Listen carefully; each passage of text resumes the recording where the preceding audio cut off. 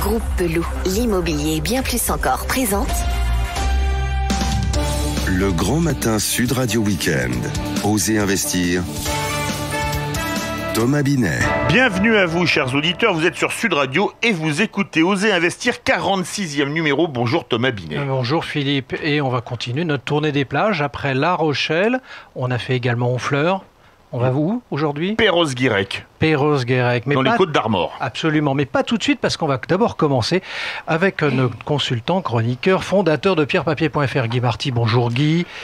Bonjour Thomas. Vous allez nous parler des Trois Mousquetaires. Voilà. Alors plus exactement d'Alexandre Dumas, oui. Celui qui a donné une seconde célébrité à D'Artagnan.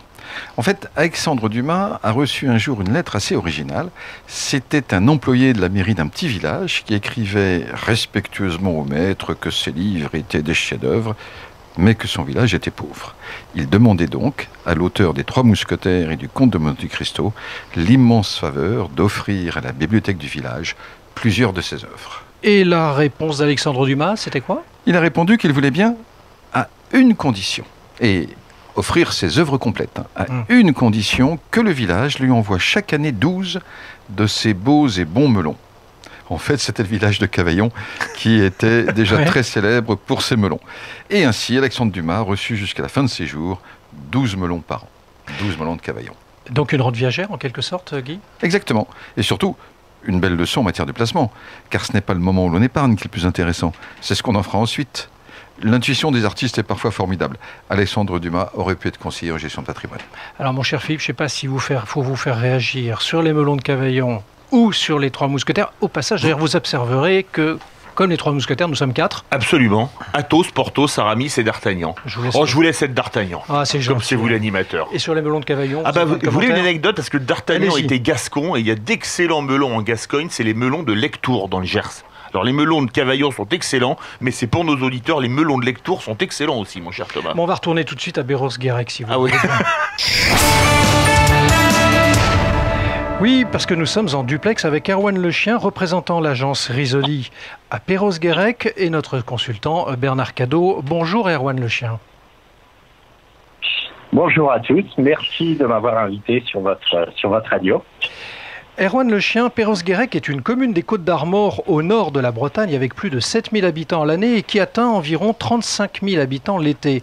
Perros-Guirec bénéficie d'une réputation de station balnéaire familiale grâce à ses plages de sable fin. Alors, est-ce que vous pourriez donner envie aux auditeurs de Sud Radio ce matin pour venir vous rejoindre et investir dans votre belle ville? Alors, Perros-Guirec est la station phare de la côte de Granit Rose, de ce qu'on appelle la côte de Granit Rose.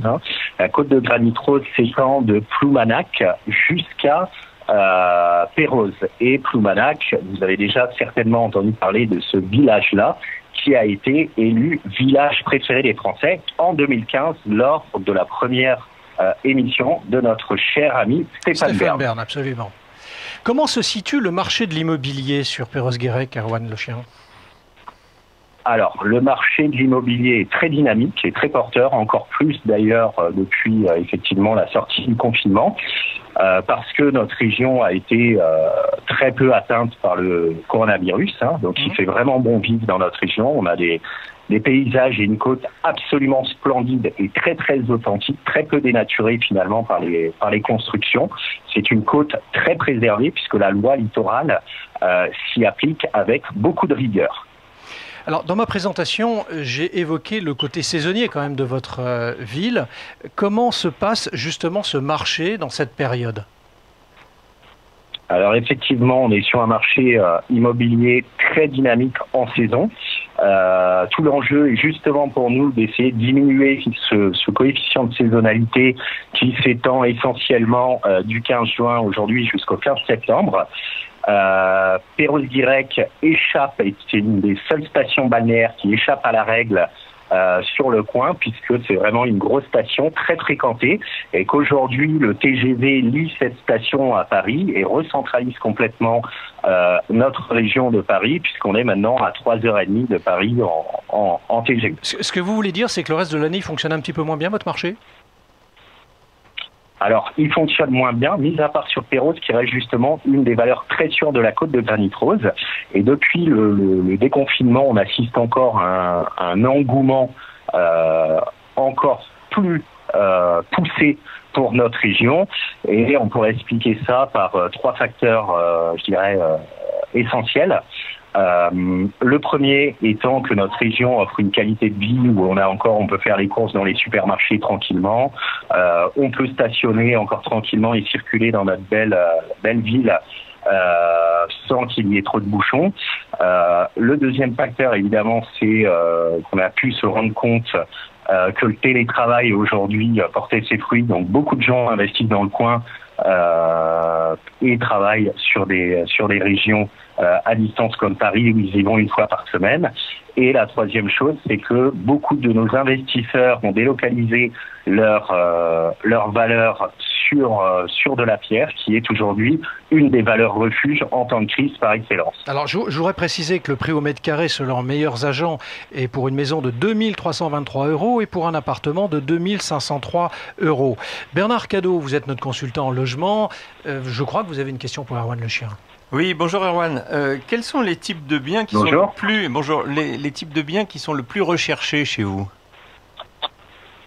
Alors évidemment, les types de biens les plus recherchés, c'est la petite maison de pêcheur de caractère qui se trouve à pied de la plage, où on peut accéder à pied de la plage, et les petites maisons de caractère couvertes en ardoise, très typiques, très authentiques, qui sont sur des budgets avoisinant les 220 250 000 €. Ça reste des produits très très recherchés par nos clients.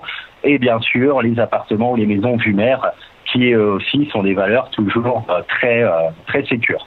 Alors, est-ce que vous avez justement dans votre portefeuille de vente un produit un peu atypique ou typique, ça dépend comment on le voit, que vous pourriez proposer et présenter à nos auditeurs de Sud Radio ce matin? Oui, tout à fait. Alors, on a une petite, ce qu'on appelle nous, non pas des pépites, mais des petites perles de granit.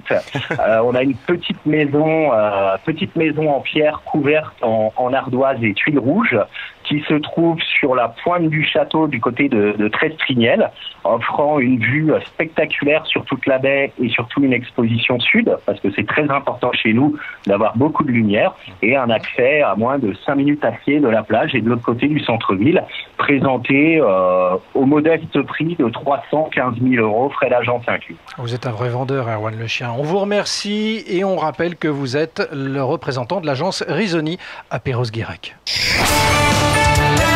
À très bientôt, au revoir.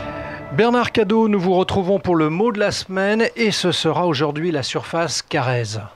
Oui, surface Carrez. Sans doute avez-vous entendu cette expression si vous avez acheté depuis 1996. Ça ne date pas d'hier. Thomas Binet n'était pas né en 96. Absolument. Non. Merci, Il est né l'année d'après. C'est ça, merci Bernard. Si mes informations sont exactes. Voilà donc, mon cher Thomas, près de 25 ans que cette loi vise à améliorer la protection des acquéreurs. Elle impose aux propriétaires d'un lot de copropriété de mentionner la surface privative d'un bien immobilier dans tous les documents, tels que, commençons par le mandat de vente, la promesse de vente et l'acte notarié notamment. Bref, il s'agit d'être le plus transparent possible pour le client, de sorte qu'il prenne sa décision en connaissance de cause. Ce mesurage fait partie des documents obligatoires à fournir par le vendeur, au même titre que les diagnostics plomb et amiante par exemple. Sont concernés les appartements et maisons en copropriété, l'habitation ainsi que les locaux d'activité dès l'instant que c'est de la copropriété. Alors justement, quand on veut mesurer en loi Carrez, on tient compte de quels paramètres? Alors c'est assez technique, la surface Carrez. On vous écoute Bernard, on vous écoute. Voilà, prenez vos mètres et vos calculettes. Il faut par exemple déduire les murs, les cloisons, les embrasures de portes, les cages d'escalier. On ne tient pas compte non plus des surfaces des pièces dont la hauteur sous plafond est inférieure à 1,80 m. Ça y est, on a perdu Guy Marty. On exclut également... non, il prend des notes, je vois, il prend des notes là. On exclut également les lots de copropriété inférieurs à 8 m².